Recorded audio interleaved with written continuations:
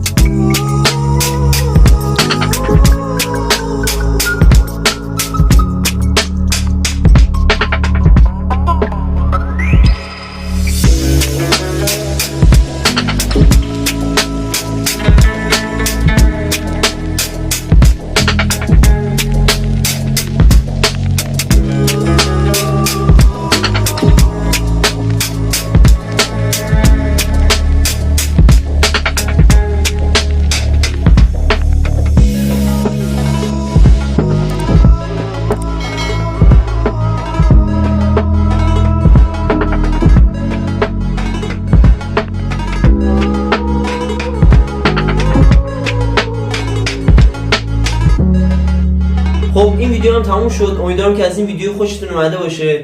در مورد این ویدیو نظر بدید و لطفاً کانال یوتیوب منو سابسکرایب بکنید. تا ویدیوی بعد، خداحافظ.